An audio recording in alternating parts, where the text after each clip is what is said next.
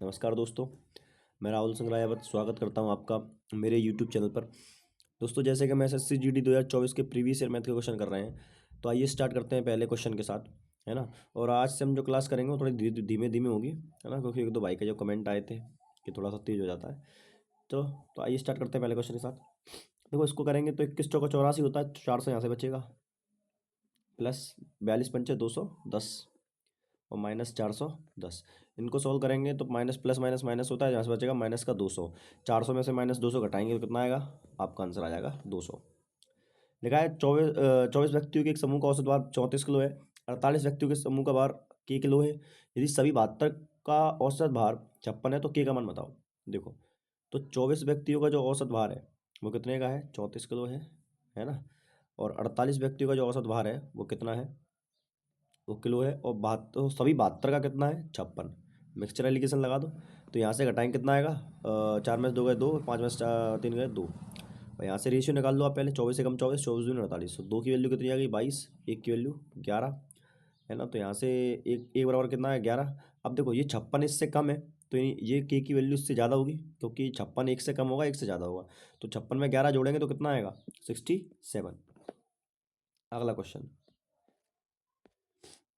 बोला गया है कि एक्स और वाई मिलकर किसी काम को 10 दिनों में पूरा कर सकते हैं। वाई प्लस जेड मिलकर उसी काम को 12.5 दिनों में पूरा कर सकते हैं। जेड और एक्स मिलकर उसी काम को 50 दिनों में पूरा कर सकते हैं। तीनों मिलकर कितने दिनों में करेंगे? देखो, एक्स प्लस वाई कितने दिनों में कर सकते हैं? 10 दिनों में।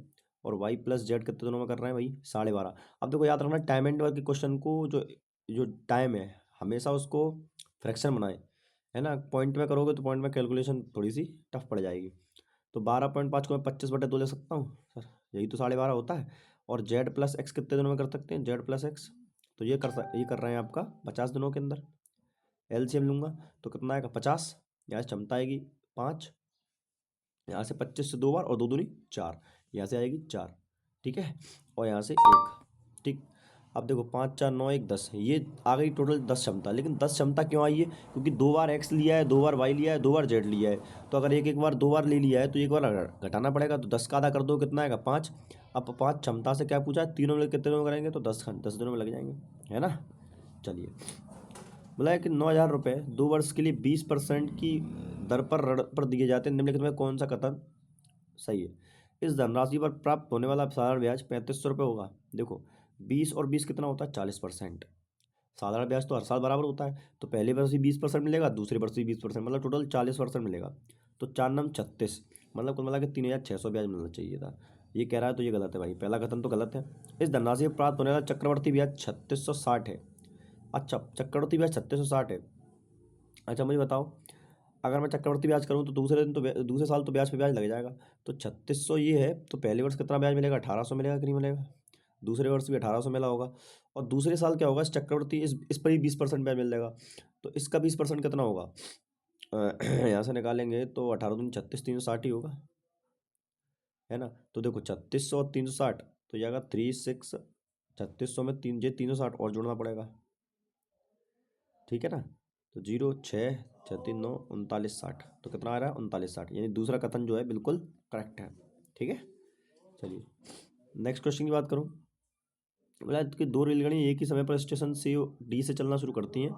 दोनों रेलगाड़ियाँ क्रमशः 32 किलोमीटर और 96 किलोमीटर की चाल से एक दूसरे की ओर चल रही हैं। जब भी एक दूसरे से मिलती हैं तो दूसरी रेलगाड़ी पहली रेलगाड़ी से 160 किलोमीटर अधिक यात्रा कर चुकी है। सी और डी के बीच की दूरी बताओ। अच्छा बताओ, अगर समय सेम होता है तो जो स्पीड का रेशियो होता है वही किसका रेशियो होता है? डिस्टेंस का भी होता है। तो स्पीड का रेशियो है 32 और डिस्टेंस का रेशियो है 96। सॉरी, स्पीड का रेशियो क्या है? 32 और 96 का रेशियो निकालेंगे तो आएगा 32 से कम 32, 32 या 96, है ना। हमारे हिसाब से पहली रेल जो बड़ी जो लंबी रेलगाड़ी है जो तेज चल रही है वो कितना ज़्यादा चल रही है? 2। लेकिन क्वेश्चन के हिसाब से कितना चल रही है? 160। तो एक की वैल्यू आ गई 80। अब देखो जरा, इसने 3 चला, इसने 4 1 चला, तो टोटल कितनी चली? 4। तो बस 4 की वैल्यू पूछी है, तो 8 चौका 32 यानी 320 जो है मेरा करेक्ट आंसर हो जाएगा, ठीक है। मतलब राम की आय और व्यय का अनुपात 9:7 है। यदि उनकी आय में 20% की वृद्धि और व्यय में 70% की वृद्धि होती तो इसकी आय और व्यय का नया क्रमश अनुपात बताओ। देखो, 90 मान लो इसकी वो आय और 70 मान लो क्या? व्यय। इसका 20% कितना होता है 18। 90 का 20% निकालो कितना आएगा 18 आएगा। 9 दूनी 18, 0 0 कट जाएगा। तो 18 इसमें जोड़ेंगे तो 108 प्लस बोला गया और क्या बोला है कि आय में व्यय में 70% की कमी हो रही है। 7 7 49, 49 की कमी करेंगे इसमें। तो पहले 40 50 घटा दो, एक काम करो 50 घटाएंगे तो 20 और 21 आ जाएगा, है ना। तो 3 3 9, 3 6 18 और 3 7 21, 36:7 जो है मेरा करेक्ट आंसर हो जाएगा। ठीक है, ठीक है। मतलब क्यू पी और क्यू मिलकर किसी काम को 30 दिनों में पूरा कर सकते हैं, 8वें। तो उन्होंने एक साथ मिलकर काम शुरू किया, लेकिन 20 दिनों के बाद पी ने काम छोड़ दिया। यदि शेष काम पूरा करने में क्यू को शेष काम को पूरा करने में क्यू को 50 दिन लगे और लगते हैं, तो पी अकेला संपूर्ण काम कितने दिनों में कर सकेगा। अब देखो, जब भी देखो पी और क्यू की इफिशियंसी के बारे में आपको नहीं पता, तो मान लेता हूँ मैं पी और क्यू की मिलाकर जो इफिशियंसी है वो 2 है। याद रखना, इसका मतलब कतई ये नहीं है कि पी की भी क्षमता एक है, क्यू की भी क्षमता। मैंने ऐसा नहीं बोला। मैंने बोला मैंने दोनों की क्षमता क्या मान ली, 2। अगर पी और क्यू दोनों की क्षमता 2 मान ली, तो 30 दिनों में टोटल काम कितना होगा, 60 काम होगा। अब हुआ क्या कि उन्होंने कितने दिनों तक काम किया एक साथ, कुल 20 दिनों तक। तो 2 क्षमता से 20 दिनों में कितना काम कर लेंगे, 40 काम कर लेंगे। तो काम बचा 20। अब इस 20 काम को किसने किया है, सी ने। किसने किया है, क्यू ने किया है।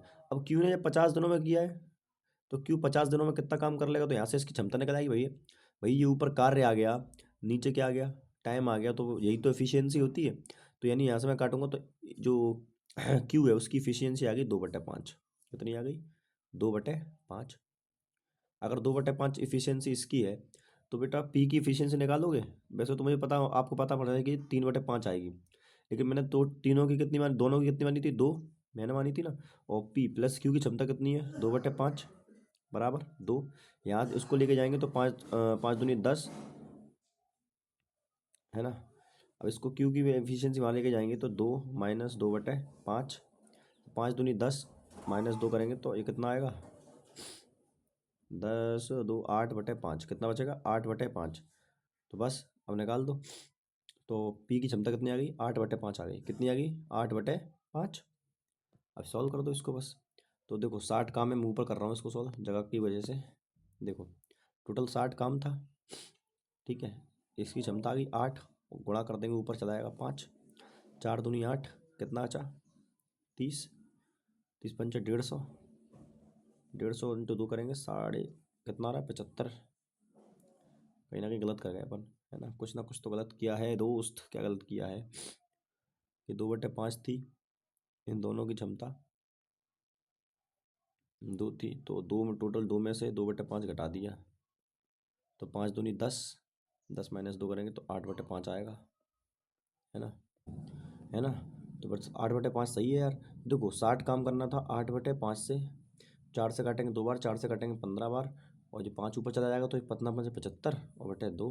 तो 75/2 कितना होता है, 37.5। सही तो आ रहा है, मतलब डिवाइड करना गलत कर दिया, ओ माय गॉड, है ना। 7.5 37.5 जो है मेरा करेक्ट आंसर है, ठीक है। चलिए आगे देखते हैं। तो ये क्वेश्चन, चलो अगला है कि, अरे जल्दी आ जा। रमेश और सुरेश की आय का अनुपात 3:4 है। रमेश और सुरेश की व्यय का अनुपात 2:3 है। प्रत्येक 200 रुपये बचाता है। रमेश और सुरेश के बीच की आय ज्ञात करें। एक सेकंड प्लेन उड़ जान दो जरा। देखो आय का अनुपात कितना है, 3:4। व्यय का अनुपात कितना है, 2:3। क्या दोनों सेम सेम बचा रहे हैं, सर बिल्कुल सही बात है, दोनों एक बचा रहे हैं। एक की वैल्यू कितनी है, 200। आय बतानी है, तो एक की है 600, एक की आएगी 800, ठीक है। साधारण योजना पर निवेश 2,000 रुपये, एक धनराशि 5,960 रुपये हो जाती है। यदि वार्षिक ब्याज की दर उन वर्षों की संख्या जिनके लिए धनराशि निवेश की गई है समान है, तो वार्षिक ब्याज दर बताओ। 2,000 रुपये की राशि कितनी हो गई, 5,900, यानी ब्याज कितना मिल गया, 3,920। राशि कितनी थी, 2,000 रुपये। टाइम और रेट बराबर, तो ये x² कर दूंगा, क्योंकि x इंटू एक्स मानूंगा तो x² हो जाएगा बटे 100, ठीक है। 2 जीरो से ये 2 जीरो खत्म, फिर 1 जीरो से फिर 1 जीरो खत्म। 2 से इसको काटूंगा, कितनी बार जाएगा, 2 एकम 2, 2 नंबर 18 और 2 छः 12, 96। x² की वैल्यू 96, इसको यहाँ से निकालूंगा तो रूट कितना आएगा, 14। कितना आएगा, 14%, ठीक है। चलो नेक्स्ट क्वेश्चन देखेंगे। एक परिवार के 4 सदस्यों की आयु कितनी है, 25 साल है। यदि परिवार के तीनों सदस्यों की आयु 20, 22, 28 वर्ष है, तो परिवार की चौथे सदस्य की आयु बताओ। बहुत सिंपल है, 25 चौको 100, टोटल आयु कितनी होगी 100, इसमें से इसकी निकाल दो। देखो 22 में से दो इसको दे दो तो ये होगा 30, और 30 20 कितना 50, 50 और 20 70, बस 100 में 70 घटाएंगे कितना आंसर आएगा 30। बोला है जे और के अंक 15 अनुपात 17 के अनुपात में यदि जे के अंक 300 हैं तो के अंक बताओ। अब देखो 15 की वैल्यू 300, एक की वैल्यू 20, ठीक है कि नहीं, तो 17 दूनी 34, 340, ठीक है। यदि किसी संख्या के 65% में 55 घटा दिया जाए तो परिणाम 400 आता है, तो संख्या का मान बताओ। मान लो संख्या 100 है तो क्या दिक्कत है, तो 65x में से जब 55 घटाते हैं तो कितना आता है 400 आता है। तो बस 65 को x को यहीं रखो, इस 55 को उधर भेजेंगे तो ये 455 हो जाएगा, 455। 13 से काट दो, 13 पंचे 65, 13 से काटेंगे 13 तीन 39, और 13 पंचे 65 ही होगा, एक की वैल्यू आएगी 7, और 100x संख्या पूछी तो 100x मानी थी, बस 700, ठीक है। m माइनस एन बराबर 11 रखा है, M square plus N square 441 है, एम एन बताओ। आज सोच सकते हो तो ठीक है, नहीं तो एक फॉर्मूला साफ साफ दिखाई देगा, a माइनस बी का होल स्क्वायर, यानी m माइनस एन का होल स्क्वायर क्या होता है एम स्क्वायर प्लस, मैं एम स्क्वायर एन स्क्वायर लिख दिया, प्लस 2mn माइनस 2mn होता है, कितना होता है -2mn। तो माइनस एम एन की वैल्यू कितनी 121 बराबर M square plus N square की वैल्यू कितनी 141 माइनस 2mn की वैल्यू पूछी है mn। अब देखो इसको यहाँ ले आओ, इसको यहाँ ले जाता हूँ तो ये बचेगा भाई 121 को यहाँ लेके आऊँगा और -2m को उधर लेके जाऊँगा तो 20 बचेगा, तो 20 बराबर 2mn आएगा बराबर 20, तो 2 से 2 काटेंगे तो m इंटू एन कितना आएगा 10, यही मेरा आंसर था, ठीक है। एक दुकानदार की वस्तु के अंकित मूल्य पर 25% छूट देता है और 10% की हानि पर बेचता है, यदि वस्तु का अंकित मूल्य पर बेचा जाता है तो लाभ % बताओ। देखो सीपी और एमआरपी का रेशियो आप जानते हैं क्या होता है, 100 माइनस डिस्काउंट %, डिस्काउंट कितने का है 25 का, तो आगे चीज़ 75 की बेची होगी, और 100 प्लस प्रॉफिट % होता, अगर प्रॉफिट होता, माइनस है तो इसमें भी माइनस करना पड़ेगा, 90 आ जाएगा, कितना आएगा 90, 15 पंजे 75 और 15 छः 90। अब पूछा है कि अगर एमआरपी में ही बेचते तो कितना का प्रॉफिट होता है 1/5 यानी 20%, ठीक है। बोला 1 रुपये में 14 कलम बेच कुछ दर से 1 रुपये में 14 कलम की दर से कुछ कलम खरीदी और उन्हीं को 1 रुपये में 12 कलमों के बेच दिया, लाभ प्रतिशत बताओ। देखो 1 रुपये में कितनी खरीदी 14, 1 रुपये में बेची कितनी है 12, एक काम करो तो उस कलमों की संख्या कर लो बराबर, तो 14 छक्के 84 और 12 सत्ते 84, तो यहाँ जाएगा 6, यहाँ आएगा 7, मतलब 6 रुपये की खरीदता तो कितने बेचता 7 में, तो एक 6 पे 1 का लाभ और इंटू 100 करेंगे तो ये कितना होता है 1/6, 66 16 सही 1/16 सही 1/, जो 2/66%, या मैं बोल सकता हूँ 16.66% होता है। बोला 21 सेंटीमीटर त्रिज्या वाले अर्धगोले का वक्र पृष्ठ क्षेत्रफल बताओ, तो अर्धगोले का वक्र पृष्ठ क्षेत्रफल कितना होता है 3πr² होता है, तो 3 इंटू 22/7 इंटू 21 गुणा 21। अब देखो 7 से गया 3 बार, अब मल्टीप्लाई कर लो, नहीं तो मल्टीपल चेक कर लो, 11 का 3 का 7 का, पहले 3 का चेक करते हैं आसान होता है। तो देखो 9 तो कट ही जाएगा, 8 4 12 कटेगा, 2 नहीं कटेगा, ये लंबे 3 से नहीं कट रहा ये है ना, 5 4 9 कट जाएगा, 2 2 4 नहीं कटेगा 9 3 से, ठीक है। 3 और 6 कट जाएंगे, ये कट जाएगा, 2 फिर बच रहा है नहीं है, तो यही मेरा आंसर होगा। देखो कट रहा होगा 7 2 9, 7 2 9 कट रहा है, यही मेरा आंसर, ठीक है। इसको सॉल्व कर लो तो पहले ऑफ सॉल्व होगा दोस्त, तो 7 चौक 28 4 बार, और 46 दूनी 92 2 बार, और 2 दूनी 4, यानी ये बचा 42 इंटू 23 गुणा 2, और इसको गुणा बता दूंगा इस वाले को तो पलट जाएगा, तो ये 59/21, 21 से 2 बार 42, 23 से 3 बार, 2 दूनी 4 दिया 12, मेरा आंसर आ गया, ठीक है कि नहीं। कहाँ गया, बोला एक व्यापारी 1000 रुपये प्रति लैपटॉप की दर से 2 लैपटॉप बेचता है, एक को 40% लाभ पर, दूसरे को 40% की हानि पर, पूरे लेन देन में उसका लाभ हानि पर 4% की आप जानते हो 4 चौको 16 यानी 16% की हानि होती है। जब भी किसी चीज़ को बराबर प्रॉफिट में बराबर लॉस में बेचा जाता है तो हमेशा हानि होती है ना। अब ऐसे सक्सेसिव फॉर्मूला लगाया मैंने, 40 माइनस 40 माइनस 40 इंटू 40/100, 40 से 40 कट गया, 4 चौको 16, 2 जीरो से ये 2 जीरो गए तो माइनस का 16 आया, माइनस माइनस क्या दिखाता है हानि दिखाता है ना। फॉर्मूला होता है A+B+A इंटू B/100, ये सक्सेसिव का फॉर्मूला होता है, ये लगा दिया करो है ना, धड़ा आंसर आ जाएगा। बोला 3160 रुपये बेची जा रही है बेची जा रही 3,950 रुपये अंकित वाली वस्तु पर दिए जाने वाले छूट प्रतिशत निकालो। छूट निकालनी है तो 0 0, 15 में 6 गए 9 बचे, और 8 में से 1 गया 7, बस 790 की छूट है कितने पर? 39 50 पर। गुणा करेंगे 100, तो देखो 1 0 से 1 0 तो ये कट गया। 69 पंचे देख देख लो कट रहा है क्या 5 बार? 9 पंचे 45, असलाई 4 है ना, 5 7 35, 35 और 4 39, 395 पूरा का पूरा कट रहा है। मतलब ये लिखा है 1/5, और 1/5 कितना होता है दुनिया जानती है 20% होती है। ठीक है,